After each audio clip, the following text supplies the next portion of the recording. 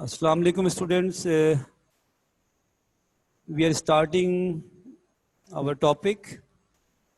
This was evaporation. बेटा ये again मैं आपसे करवा रहा हूँ. जो बच्चे आज ज्वाइन कर रहे हैं उनके लिए थोड़ी आसानी हो जाएगी और ये टॉपिक आज हमें इंशाल्लाह होपफुली कंप्लीट हो जाए. बेटा evaporation is a change of state. अगर आप इसका वर्डिंग चेंज करना चाहते हैं वर्ड्स को जो लिखा हुआ है उसके अकॉर्डिंग तो आप ये मिल जाएगा आपको, अवेलेबल है. लेकिन अगर आप इसको ऑन वर्ड्स में करना चाहते हैं तो what is evaporation? Evaporation is a change of state.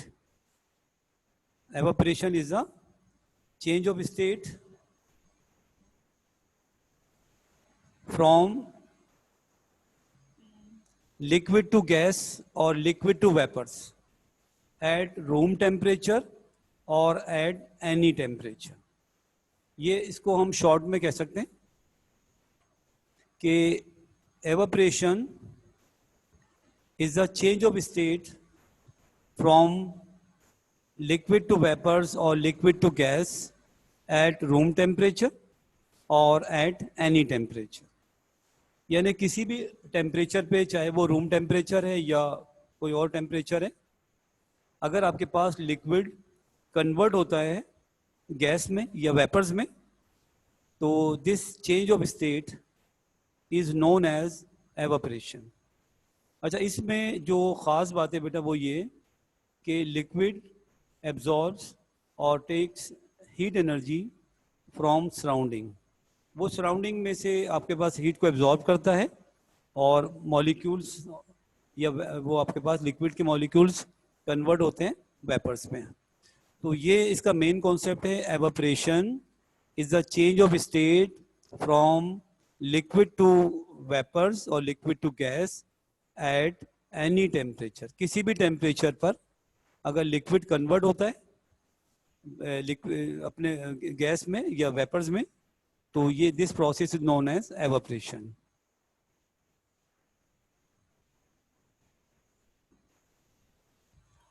बेटा on the other hand there is another process. ये हम इसको बाद में डिस्कस, मतलब रिटर्न में मिलेगा आपको. बॉइलिंग. बॉइलिंग क्या होता है? Boiling is a change of, boiling भी चेंज ऑफ स्टेट है. Boiling is also the change of state from liquid to vapours और liquid to gas at a particular temperature. बेटा हर लिक्विड जो होता है ना वो कन्वर्ट होता है, यानी कि बॉयल होता है वो eight a fix temperature. For example boiling point of water is 100 degree centigrade. तो जब हम टेम्परेचर को, मतलब कोई भी एक्सटर्नल सोर्स से अगर हम एनर्जी प्रोवाइड करते हैं टू अ लिक्विड को हम एनर्जी प्रोवाइड करेंगे तो वो हीट एनर्जी को एब्जॉर्ब करेगा, टेम्परेचर इंक्रीज करेगा, फिर एवापोरेशन शुरू हो जाएगी. वो वाटर वेपर्स जो आपके पास, सॉरी वाटर मॉलिक्यूल्स हैं, वो वेपर में कन्वर्ट होते रहेंगे. लेकिन जब टेम्परेचर हो जाएगा 100 डिग्री सेंटीग्रेड तो अब जो आपके पास चेंज ऑफ स्टेट है फ्रॉम लिक्विड टू गैस और liquid to vapours at a particular temperature, ये इसका बॉइलिंग पॉइंट कहलाता है. और boiling point of water is 100. तो दो आपके पास चीजें हो गई. आप evaporation is the change of state from liquid to gas at any temperature. किसी भी टेम्परेचर पर आपके पास लिक्विड कन्वर्ट हो रहा है गैस में या वेपर्स में तो दिस इफेक्ट और this change of state is called evaporation. ये किसी भी टेम्परेचर पे हो सकता है, रूम टेम्परेचर पे. और one more thing, we don't provide heat energy from any external source. किसी भी एक्सटर्नल सोर्स से हम एनर्जी प्रोवाइड नहीं करते.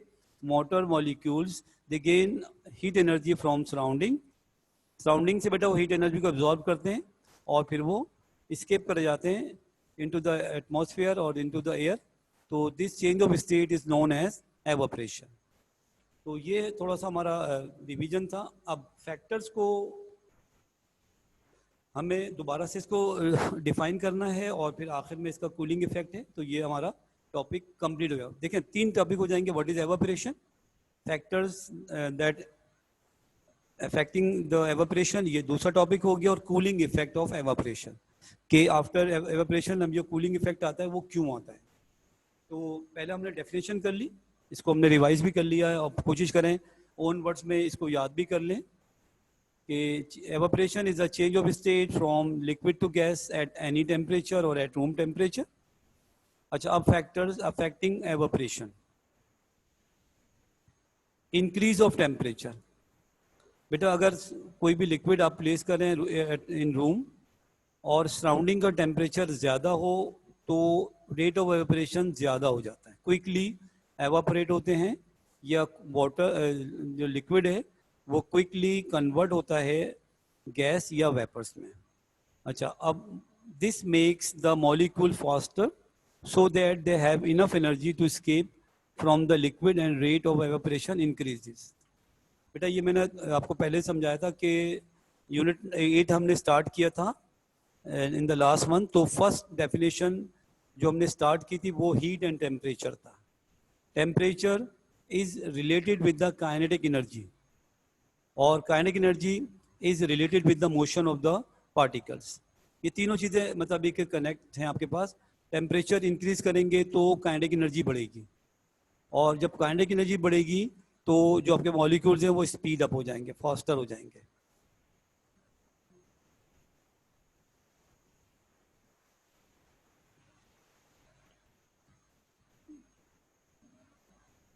Yes Asma.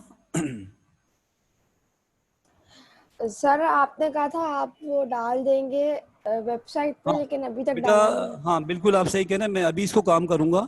Actually on Friday मेरा जो लैपटॉप था एट होम, उसकी स्क्रीन बिल्कुल समझ कि स्क्रीन ख़राब हो गई, वो ब्लैक हो गई, तो मुझे वो मेरे लिए विजिबल नहीं थी। आज मैं स्कूल आया हूँ, मैं स्कूल में ही काम कर रहा हूँ, तो after this completion of this topic मैं इसको अभी आपके पास यानी कि आफ्टर क्लास मैं इसको अपलोड कर दूंगा। इसको याद ज़रूर कीजिएगा। आप बिल्कुल सही ओके। कह रही है, लेकिन वो मैं आपको मैसेज नहीं कर सकता कि सॉरी वगैरह का, लेकिन मेरा लैपटॉप की स्क्रीन ब्लैक हो गई है, वो आज बनने गई है। तो इंशाल्लाह ताला मैं स्कूल से क्लास ले रहा हूँ, तो जैसे ही मैं इसको आपके पास क्लास ख़त्म होती है मैं इसको अपलोड कर दूँगा। आप बिल्कुल सही करिए। थैंक यू फॉर मतलब ये कि रिमाइंडिंग मी, और मैं इंशाल्लाह फ़ौरन इसको कनेक्ट कर दूँगा। Thank you very much. अच्छा, I am telling you about the temperature. बेटा टेम्परेचर और काइनेटिक एनर्जी ये इंटर रिलेट हैं, और काइनेटिक एनर्जी और स्पीड फिर ये इंटर आपके पास रिलेट हो जाएंगे। तो when we increase the temperature of any substance तो kinetic energy of the molecules increases, और जब काइनेटिक एनर्जी इंक्रीज करेगी तो मॉलिक्यूल स्पीड अप हो जाएंगे। तो ज़्यादा आपके पास मॉलिक्यूल्स ऐसे होंगे उनके पास इतनी एनर्जी होगी कि वो इंटरमॉलिक्यूलर फोर्सेस या इंटरमॉलिक्यूलर जो अट्रैक्शन है उसको ओवरकम करेंगे और स्केप कर जाएंगे इनटू द एटमॉस्फेयर। इसका मतलब ये कि रेट ऑफ ऑपरेशन इंक्रीजेस। तो this makes the molecules faster so that they have enough energy to escape from the liquid and rate of evaporation increases। तो बहुत सिंपल सा हो गया, ये डायरेक्टली प्रोपोर्शनल हो गया। अगर किसी भी लिक्विड है, कोई भी सब्सटेंस है, उसका टेम्परेचर ड्यू टू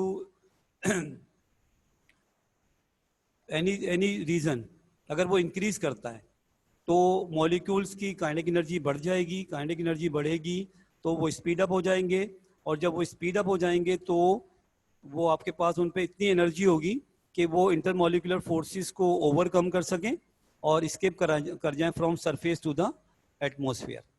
तो ये हो गया आपके पास rate of operation is directly proportional to increase of temperature. बेटा दो फिजिकल क्वांटिटीज डायरेक्टली प्रोपोर्शनल जब होती हैं कि अगर एक फिजिकल क्वांटिटीज की वैल्यू आपके पास उसकी बढ़े तो उसके रिलेट सेकंड भी इंक्रीज करना होगा। जो टेम्परेचर इंक्रीज होगा तो आपके पास रेट ऑफ ऑपरेशन भी इंक्रीज हो गया। Increase of surface area. बेटा ये ज़रा से प्रॉपर्टीज अगर मैं आपको समझाऊँ ना तो ट्राई टू अंडरस्टैंड। जो लिक्विड मॉलिक्यूल्स स्केप करते हैं into the atmosphere, they escape only from the surface. कोई भी लिक्विड आपके पास मॉलिक्यूल ऐसा नहीं कि वो बॉटम से जंप करे और वो एटमॉस्फेयर में चला जाए। जो हाई एनर्जी मॉलिक्यूल्स होते हैं first they come at the surface, वो सारे के सारे आपके पास सरफेस पे आते हैं ड्यू टू हाई एनर्जी। यानी कि बॉटम से या मिड से जब एनर्जी उनकी ज़्यादा हो गई तो they come at the on the surface पे आ जाते हैं। तो evaporation takes place only from the surface of the liquid. अब जितना surface area, expose surface area ज़्यादा होगा, ज़्यादा molecule can escape from liquid to the atmosphere. तो याद रखिए ये भी डायरेक्टली प्रोपोर्शनली होगा कि एक्सपोज सरफेस एरिया जितना ज़्यादा होगा उतना ज़्यादा आपके पास मॉलिक्यूल स्केप कर सकते हैं फ्रॉम द सरफेस। तो the rate of evaporation increases with the exposed surface area of the liquid. A large surface area means more molecules can escape from the surface. तो ये भी बेटा डायरेक्टली प्रोपोर्शनल हो गया कि अगर एक्सपोज सरफेस एरिया आपका ज़्यादा होगा तो रेट ऑफ एवापोरेशन भी ज़्यादा होगी, क्योंकि वजह क्या आपके पास कि in evaporation molecules can escape only from the surface of the liquid. तो एक्सपोज सरफेस एरिया ज़्यादा का मतलब ये है कि ज़्यादा मॉलिक्यूल्स के पास चांस है कि वो स्केप कर जाएं from liquid to the into the atmosphere. अच्छा, अब नेक्स्ट पॉइंट हमारा ह्यूमिडिटी। बेटा ये बहुत मतलब ये कि व्हाट इज ह्यूमिडिटी, पहले तो ये समझ लें कि number of water vapours present in the air. Karachi में ह्यूमिडिटी ज़्यादा होती है ड्यू टू सी, समंदर की वजह से ह्यूमिडिटी ज़्यादा होती है, लेकिन जब हम अवे जाते हैं फ्रॉम द सी तो ह्यूमिडिटी कम हो जाती है। If there are water vapours present in the air then rate of evaporation decreases. बेटा ये इनवर्सली आ गया। पहला आपके पास first temperature directly proportional, expose surface area directly proportional. अब ह्यूमिडिटी ये आपके पास इनवर्सली प्रोपोर्शनल होगा कि अगर आपके पास ऑलरेडी ज़्यादा वाटर वेपर प्रेजेंट है इन द एटमॉस्फेयर तो आपके पास जो स्केप करेंगे आपके पास वाटर वेपर्स, उनके चांसेस कम हो जाते हैं। If there are water vapours present in the air then rate of evaporation decreases. तो this is inversely proportional. However draught over the surface of liquid increases the rate of evaporation. जब already आपके पास atmosphere में या over the surface of the liquid water vapours present होंगे तो फिर वो इन आउट होते रहते हैं, इन आउट होते रहते हैं। तो इसकी वजह से आपके पास रेट ऑफ एवेपोरेशन डिक्रीज होता है। अगर आप उसके पास ह्यूमिडिटी को कम कर दें तो फिर आपके पास स्पेस या आपके पास अवेलेबिलिटी होगी कि ज़्यादा मॉलिक्यूल्स यानी कम मॉलिक्यूल्स प्रेजेंट है इन द एटमॉस्फेयर, तो लिक्विड से मॉलिक्यूल ज़्यादा चांसेस हो सकता है कि वो जा सकते हैं। तो दिस इज इनवर्सली प्रोपोर्शनल। अब आपसे क्वेश्चन ये किया जा सकता है कि write down two factor that increase the rate of evaporation और write down the two factor that decrease the rate of evaporation. तो अब इंक्रीज में ये डायरेक्टली प्रोपोर्शनल में टेम्परेचर आ गया, सरफेस एरिया, टेम्परेचर इंक्रीज होगा, सरफेस एरिया इंक्रीज होगा तो रेट ऑफ इंक्रीज होगा। अब ह्यूमिडिटी अगर इंक्रीज होगी तो रेट ऑफ एवेपोरेशन डिक्रीज हो जाएगा। तो ये उसको डिक्रीज कर रहे हैं आपके पास। अच्छा, next one, increase of wind speed. बेटा ये मैं थोड़ा सा मैं फिर समझाता हूँ कि कोई भी आपके पास हाउसेस में कॉमन हमारा ये प्रैक्टिस है कि हम कहते हैं कि किसी भी वेट क्लॉथ को हम क्विकली ड्राई करना चाहते हैं ड्यू टू एनी इमरजेंसी, हम कहते हैं कि इसको पेडिस्टल फैन लगा दें या फैन के नीचे हैंग कर दें तो वो क्विकली आपके पास ड्राई हो जाएगा। वजह क्या होती है आपके पास? अच्छा, इसको पहले समझ लेते हैं फिर मैं एक्सप्लेन कर देता हूँ। When air moves across a liquid surface, बेटा जब आपके पास एयर मूव करती होती है on the liquid surface, it carries away escaped molecules above the liquid and reduces their chances to of returning back. देखिए अगर ह्यूमिडिटी ज़्यादा होती है ना तो जो वेपर्स स्केप करते हैं वो वापस भी आ सकते हैं, इन आउट होते रहते हैं, तो आपके पास रेट ऑफ एवेपोरेशन डिक्रीज करता है। अगर आपके पास विंड स्पीड ज़्यादा है तो जो मॉलिक्यूल आपका स्केप किया फ्रॉम द सरफेस वो उसको सरफेस से अवे ले जाती है, विंड आपके पास उसको अवे ले जाएगी, तो अब वो वापस नहीं आ सकता। तो इस तरह से आपके पास rate of evaporation increases with the increase of wind speed. ये भी डायरेक्टली हो जाएगा। बस ये होता है कि जो स्केप किया मॉलिक्यूल्स आपके पास फ्रॉम लिक्विड टू एटमॉस्फेयर, अब विंड उसको ले जाती है अवे फ्रॉम द सरफेस, तो वो वापस उसमें रिटर्न बैक नहीं हो सकता। ये इसकी रीजन है। अच्छा, ये भी डायरेक्टली प्रोपोर्शनल में आएगा। when air moves across a liquid surface, it carries away escape molecule above the liquid and reduces their chances of returning back. So the rate of evaporation increases. तो wind speed भी बेटा ये आपके पास directly proportional है. ये बहुत हमारा common experience है कि अगर हम जो वेट क्लॉथ को हैंग करते हैं इन आवर कोर्ट यार्ड या आपके सैंड में इसको डालते हैं, अगर आपके पास कूल एंड काम डे हो तो they take some time to dry. लेकिन अगर आपके पास कोई वेदर इस तरह के कोई विंड्स वगैरह ब्लो कर रही हो तो वो क्विकली आपके पास ड्राई हो जाते हैं. वजह ये है कि जो मॉलिक्यूल स्केप करते हैं फ्रॉम द सरफेस, उनको जो विंड है वो takes away from the liquid, तो उनके चांसेस ऑफ रिटर्निंग बैक वो कम से कम हो जाते हैं, रेट ऑफ एवपोरेशन इंक्रीज हो जाता है. अच्छा, नेक्स्ट वन एटमॉस्फेरिक प्रेशर. बेटा देखें, ये जो एयर प्रेशर है ये एटमॉस्फेरिक प्रेशर है. ये आप पढ़ चुके हैं in class 9 in unit 7 pressure. Atmospheric pressure और एयर प्रेशर क्यों होता है बेटा? This is due to collision of air molecules on the surface of the earth. यानी कि जो एयर मॉलिक्यूल्स हैं वो जब सरफेस पे हिट करते हैं तो दे एक्सर्ट सम प्रेशर. और व्हाट इज प्रेशर? आपको पता है कि force acting per unit area. तो यूनिट एरिया पे जितनी भी फोर्स एक्ट करेंगे वो एयर प्रेशर बन जाएगा आपके पास. अच्छा, एयर जो मैक्सिमम अवेलेबल है ना बेटा, वो एट सरफेस या एट सी लेवल है. ये बात याद रखिएगा कि एटमॉस्फेरिक प्रेशर डिक्रीज कब होता है, किस तरह से होता है. तो ये इसको try to understand this one. बेटा एयर प्रेशर या नंबर ऑफ जो एयर आपके पास मॉलिक्यूल्स हैं ये मैक्सिमम होते हैं एट सी लेवल या at the surface of earth. ये मैक्सिमम होते हैं. अच्छा, एयर जो मैक्सिमम अवेलेबल है एट द सी लेवल या आपके पास ये ऑन द सरफेस. अब एल्टीट्यूड होता है height from the sea level. जैसे जैसे हम हाई ऊपर की तरफ मूव करते हैं, एल्टीट्यूड हमारा इंक्रीज होता है तो एयर कम हो जाती है. एयर कम होती जाएगी तो एयर प्रेशर भी कम हो जाएगा. तो मैक्सिमम आपके पास जो एयर प्रेशर होता है वन एटमॉस्फेरिक प्रेशर, वो एट द सी लेवल या एट द सरफेस ऑफ अर्थ होता है. बेटा जैसे जैसे आप ऊपर मूव करते हैं एल्टीट्यूड हाई होता है तो आपका एटमॉस्फेरिक प्रेशर कम होता जाता है. अच्छा, अब मैं एक एग्जांपल आपको देता हूँ कि बेटा 2 आइडेंटिकल वेट क्लॉथ हैं. एक को आप हैंग करें at the top of your building, यानी कि 10th फ्लोर है, उसको 10th फ्लोर पे उसको हैंग कर दें, और एक आप करें ग्राउंड फ्लोर पे. तो जो 10th फ्लोर वाला है वो क्विकली ड्राई हो जाता है. यानी कि मॉलिक्यूल जो है, लिक्विड मॉलिक्यूल्स हैं, वो क्विकली एवापोरेट हो गए. वजह यह है कि जैसे जैसे आप एल्टीट्यूड हाई होता है, आप हाइट कवर करते हैं, एटमॉस्फेरिक प्रेशर कम हो जाता है. एटमॉस्फेरिक प्रेशर अगर कम होगा तो ज़्यादा आपके पास मॉलिक्यूल्स को चांस है कि वो स्केप कर जाए फ्रॉम द सरफेस, क्योंकि एयर प्रेशर उन पे से कम हो गया है.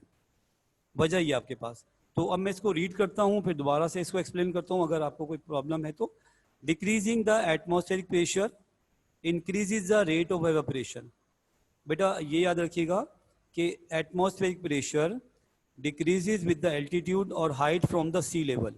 सी लेवल से जैसे जैसे हम अबव जाएंगे, हाई जाएंगे, तो एटमॉस्फेरिक प्रेशर कम हो जाएगा, क्योंकि less air is present at high altitude. Increases the rate of evaporation because more molecules escape from the surface of liquid in the presence of less atmospheric pressure. तो maximum जो atmospheric pressure है this is 1 ATM कहलाता है बेटा, 1 atmosphere. ये होता है at surface और एट सी लेवल. जैसे जैसे हम ऊपर की तरफ मूव करते हैं तो ड्यू टू एल्टीट्यूड एयर कम हो जाती है तो एयर प्रेशर भी कम हो जाता है. तो ये आपके पास आ गया इन्वर्सली प्रोपोर्शनल है. तो जैसे जैसे आपके पास एयर प्रेशर कम होगा रेट ऑफ एवपोरेशन ज़्यादा हो जाएगा. तो अभी तक हमने जो पढ़े ना 5, उसमें से 3 डायरेक्टली हैं, प्रोपोर्शनल है. Temperature is directly proportional to rate of evaporation. Expose surface area is directly proportional to rate of evaporation. Humidity this is inversely proportional. और विंड स्पीड ये भी डायरेक्टली है. और एटमॉस्फेरिक प्रेशर ये नंबर 5th है, ये हमारा जो है वो ये आपके पास इनवर्सली आ गया. तो 2 इनवर्सली हो गए, डिक्रीज और डिक्रीज 3rd and 5th, और 1 to 4 ये जो पॉइंट्स हैं हमारे ये डायरेक्टली प्रोपोर्शनल है.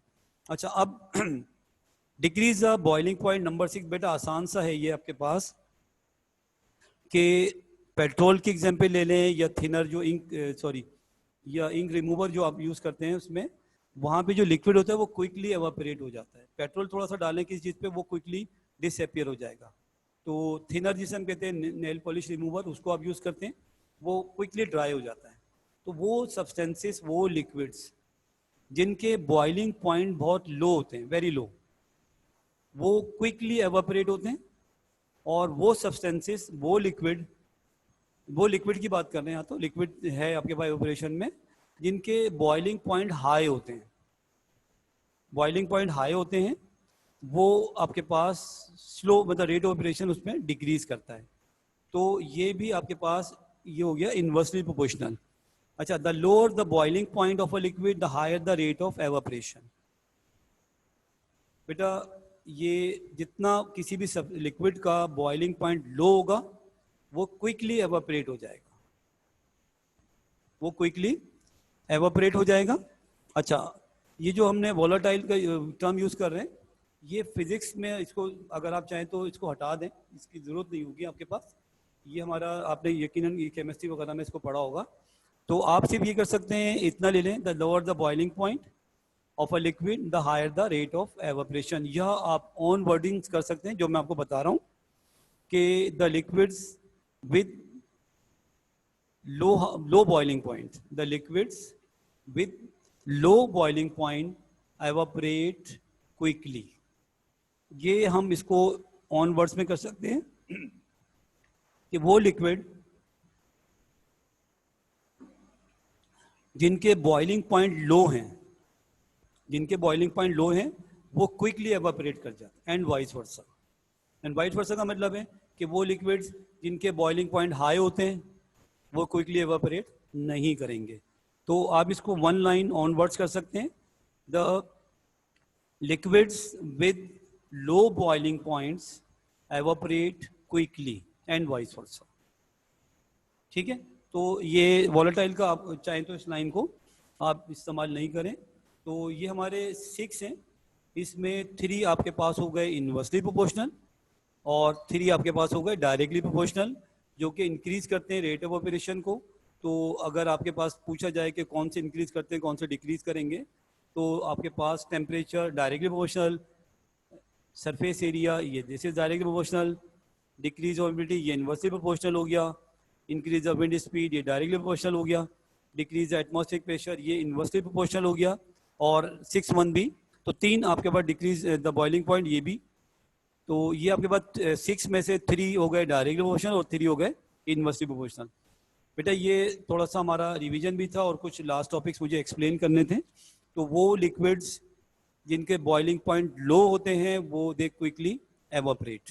तो आप ऑन वर्डिंग कर सकते हैं कि the liquids with low boiling point evaporate quickly and vice versa. अच्छा, अब कूलिंग इफेक्ट। बेटा ये 3 टॉपिक है आपके पास, मैं इसमें आपको मैं तो पूछ सकते हैं कि व्हाट इज एवापोरेशन और राइट 2-3 फैक्टर्स। आपको मैं 2 दे सकता हूँ, 3 फैक्टर्स दे सकता हूँ कि that increase the rate of evaporation या decrease the rate of evaporation. तो फिर आपको जो रेट को इंक्रीज करते हैं वो 3 हैं, उनको आपको अलग करना पड़ेगा, और 3 वो फैक्टर हैं वो डिक्रीज करते हैं, उनको आपने अलग करना पड़ेगा। तो ये आपने 3 पॉइंट हैं आपके पास, 1 to 4 ये डायरेक्टली हैं, और 3, 4, 5 ये इन्वर्सली आ जाएंगे। तो इनमें से आपको कम से कम 2-2 याद कर लें, एक की ऑप्शन आप रख सकते हैं, लेकिन रीड आउट सारा करना है क्योंकि एमसीक्यूज में कोई भी चीज़ आपसे पूछी जा सकती है। अच्छा, what is the cooling effect of evaporation. बेटा ये मैं इधर आपको दोबारा समझाता हूँ, इसको पहले हम एक्सप्लेन करेंगे फिर आप इसको, मैं इसको रीड करूँगा। बेटा देखें, सराउंडिंग का टेम्परेचर अगर हाई हो ना, तो they molecules of liquid absorb energy, heat energy from surrounding.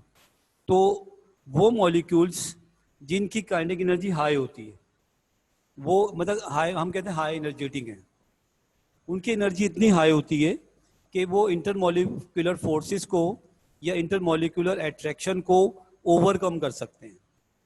मतलब ये कि इंटरमॉलिक्यूलर फोर्स क्या है कि वो सबको, तमाम मॉलिक्यूल्स को बाउंड करके रखा हुआ है, सबको बाउंड करके रखा हुआ है। लेकिन अगर कोई मॉलिक्यूल ऐसा है कि उसकी काइनेटिक एनर्जी इतनी ज़्यादा हो जाए कि वो फोर्स ऑफ अट्रैक्शन या इंटरमॉलिक्यूलर फोर्स अट्रैक्शन या इंटरमॉलिक्यूलर फोर्स को ओवरकम कर सके, तो वो मॉलिक्यूल escape कर जाता है फ्रॉम द सरफेस, और वो मॉलिक्यूल्स escape कर जाते हैं from liquid to the atmosphere.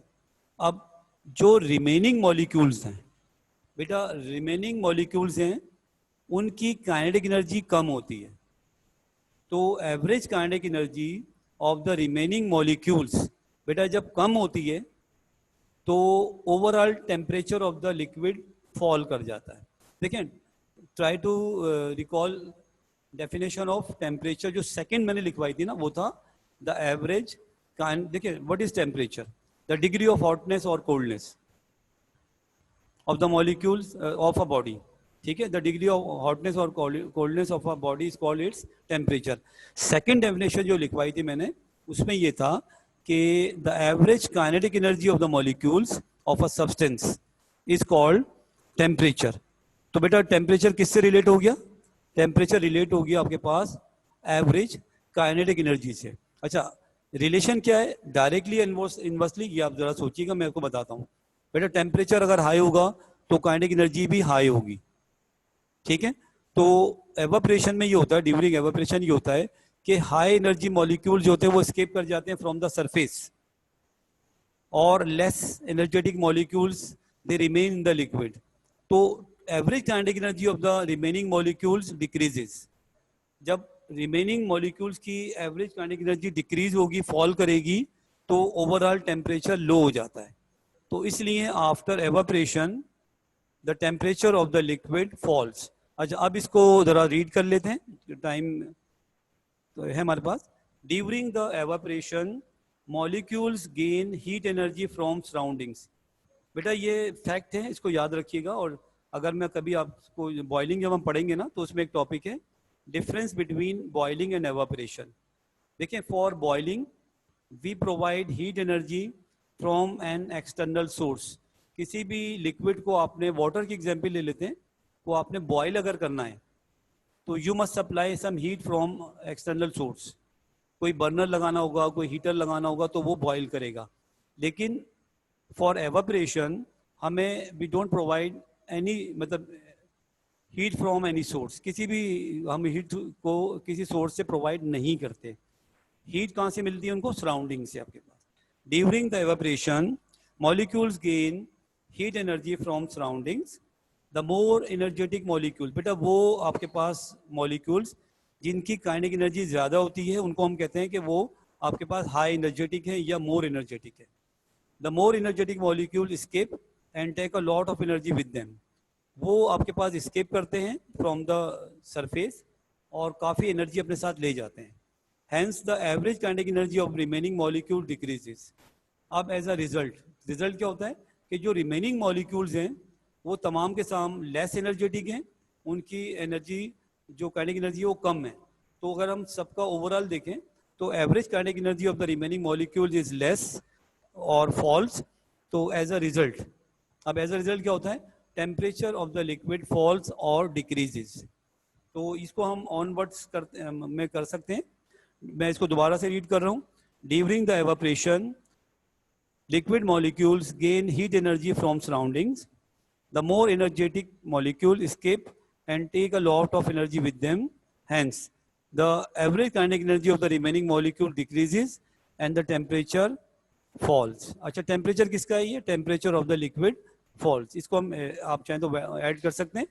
And the temperature of the liquid falls, causing the cooling effect.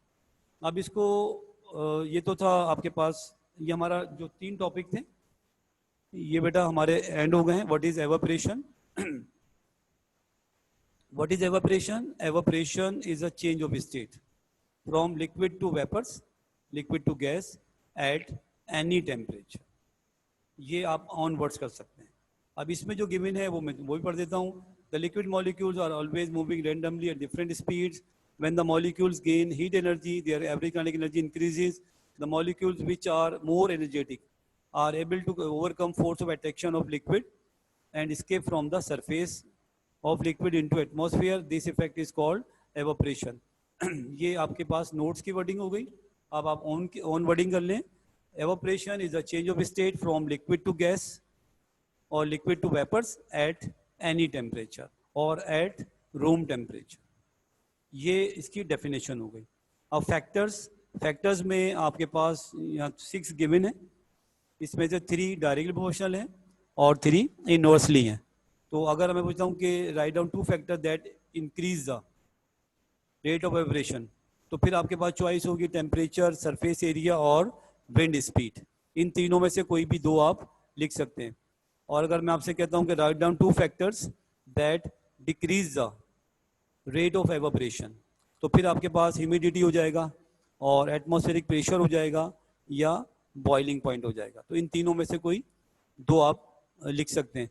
तो एटलीस्ट जो इंक्रीज करते हैं 3 में से 2 को आप लर्न करें और थर्ड 1 को आप अंडरस्टैंड करें.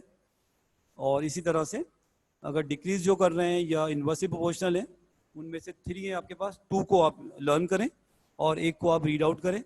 कूलिंग इफेक्ट, ये थर्ड आपके पास टॉपिक हो सकता है रिलेटेड विद द एवापोरेशन.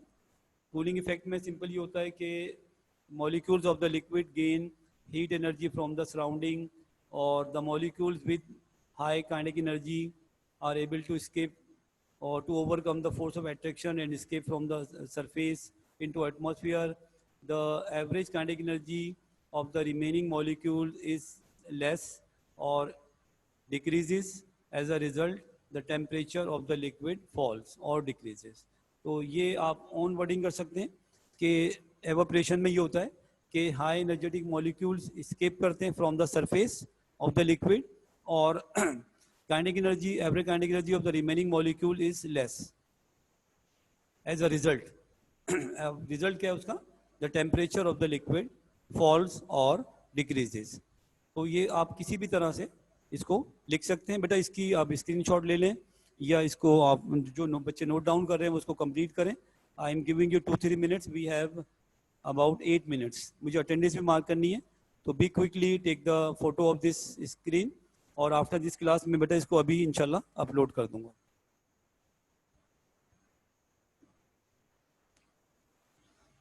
बेटा I am giving you few minutes to note down और to take the picture of this. This is complete topic of evaporation हो गया. What is evaporation, factors affecting evaporation और cooling effect. अच्छा, one more thing आगे आ सकता है बेटा, वो कि difference between boiling and evaporation. तो ये मैंने आपको स्टार्ट में समझाया था कि व्हाट इज बॉइलिंग. बॉइलिंग भी चेंज ऑफ स्टेट है. Boiling is the change of state from liquid to vapours और liquid to gas.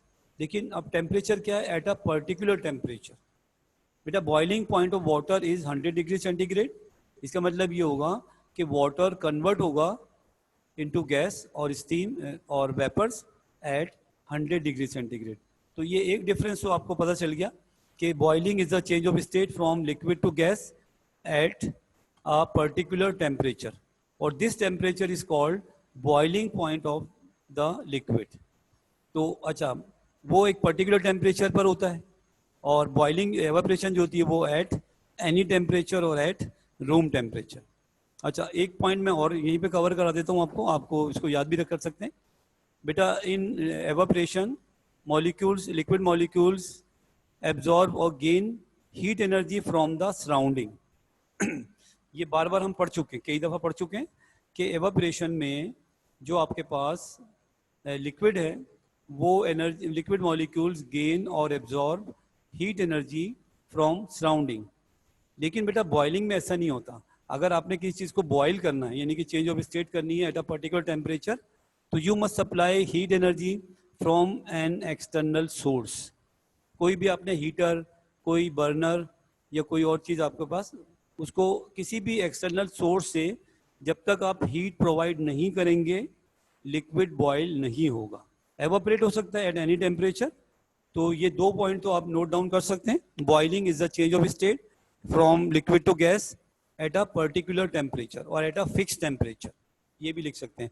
Second one, for boiling we provide heat energy from an external source.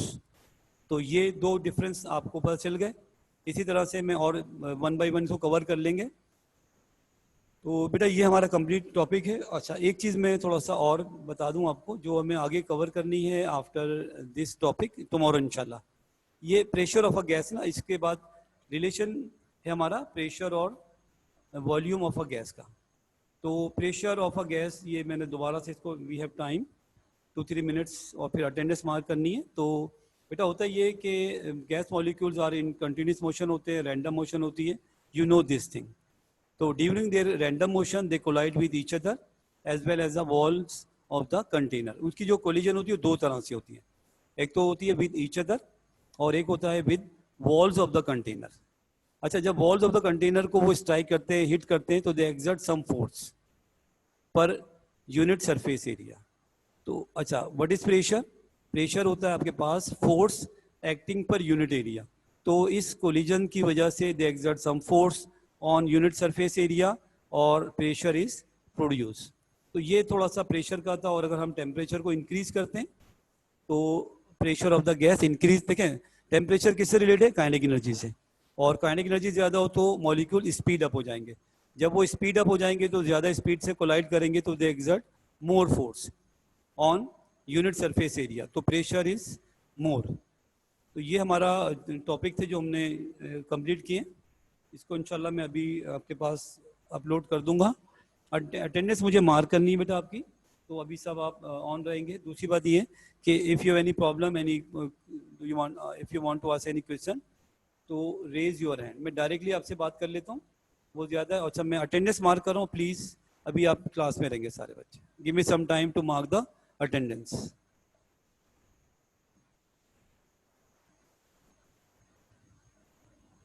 दो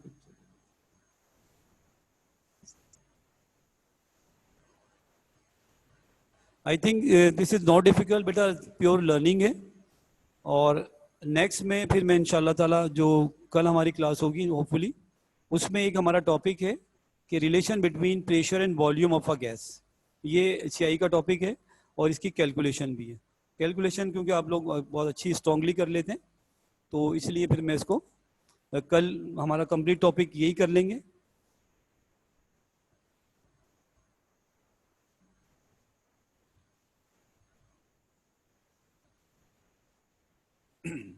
बेटा hopefully unit 8 आपके पास available है, तो वो आप उसको रिवाइज कर चुके होंगे। और ये बहुत डिफिकल्ट टॉपिक नहीं है, बहुत आसान सा टॉपिक है। अभी तक जो हमने किया है प्योर लर्निंग है। और ये सिर्फ 2 पेज है हमारे पास, properties of solid liquid gas, ठीक है ना। और फिर हमने इसमें बॉइलिंग एवापोरेशन भी थोड़ा सा टच कर लिया है, और प्रेशर ऑफ अ गैस, और ये जो सारा मॉलिक्यूलर थ्योरी थी ये कवर हो गई हमारी। इफेक्ट ऑफ टेम्परेचर और मॉलिक्यूलर मोशन ये आपने सारा रिवाइज कर लिया है। और फिर ये बॉइलिंग एवापोरेशन हमारा सारा कंप्लीट हो गया है। तो कल हमारा इंशाल्लाह टॉपिक होगा relation between pressure and volume of a gas, यानी कि प्रेशर और वॉल्यूम का रिलेशन किस तरह से डायरेक्टली है, इन्वर्सली है। तो वो इंशाल्लाह ताला वी शैल कंप्लीट टुमारो इंशाल्लाह ताला। तो ओके बेटा, thank you very much for joining the class on time. बेटा बी रेगुलर, आप जितना रेगुलर रहेंगे उतना आपको अंडरस्टैंडिंग ज़्यादा होगी। और कैमरास बेटा मैंने आपको पहले भी कहता हूँ कि अपने ऑन रखें बार बार, और ज्वाइन करें क्लास ऑन टाइम। इसमें बेटा चैप्टर हमारा तकरीबन एंड हो गया है। एक आपके पास रिलेशन है बिटवीन प्रेशर एंड वॉल्यूम, तो वो मैं इंशाल्लाह वो कल कंप्लीट करेंगे। बाकी इसमें कोई ख़ास चीज़ हमारी बाकी नहीं रही है। Thank you very much for joining the class on time. Be regular, revise all the topics at home. और लर्निंग ज़्यादा है बेटा, अंडरस्टैंडिंग इसमें भी, अंडरस्टैंडिंग भी लर्निंग भी है, तो कुछ पॉइंट्स को याद कर लीजिए, ठीक है। थैंक यू वेरी मच, इंशाल्लाह वी शैल मीट टुमारो। अल्लाह हाफिज़, थैंक यू।